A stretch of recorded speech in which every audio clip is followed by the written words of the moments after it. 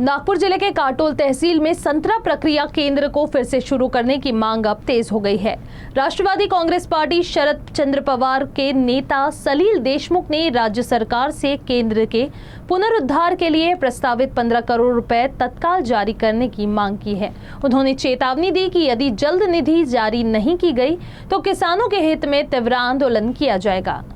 मुंबई उच्च न्यायालय खंडपीठाने 1 जुलै 2025 रोजी या ठिकाणी आपल्याला ज्या विषयासाठी खूप वर्षापासून आपण थांबलो होतो ते संत्रा प्रक्रिया केंद्र काटोल इथं स्थित असलेल्या 1 जुलै 2025 रोजी सील काढून 4 आठवड्यामध्ये हे प्रकल्प पुन्हा कृषी विभागाला हस्तांतरण करायचे आदेश दिले आणि आज या गोष्टीला साधारणतः 1 वर्ष लुटायला आलं।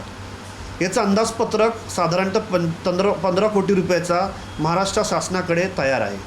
हे असून याची पूर्ण डिटेल महाराष्ट्राच्या कृषी विभागाकडे त्याची डिटेल आहे आणि या 15 कोटी रुपयाची तरतूद केल्याच्या नंतर या विदर्भामध्ये जे काही तालुके असतील सावनेर, कळमेश्वर, काही भाग नागपूर तालुक्यातला काटोल, नरखेड, आर्वी, आष्टी, कारंजा, वरुड, मोर्शी, संग्रामपूर, बुलढाणा जिल्ह्याचा आणि त्या ठिकाणी अचलपूर असे अनेक तालुके आहेत जिकडे संत्रा मोसंबी पिकवली जाते। अशा लाखो शेतकऱ्यांना याचा मोठ्या प्रमाणात फायदा होऊ शकतो।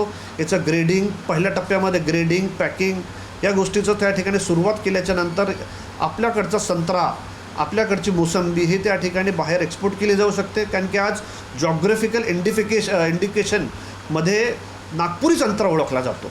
कुठंतरी असं वाटतं की या विषयासाठी जे अनेक वर्षापासून आमचे विदर्भातले शेतकरी थांबले होते तो प्रकल्प महाराष्ट्र शासनाने या ठिकाणी मुख्यमंत्र्यांनी पूर्ण केला।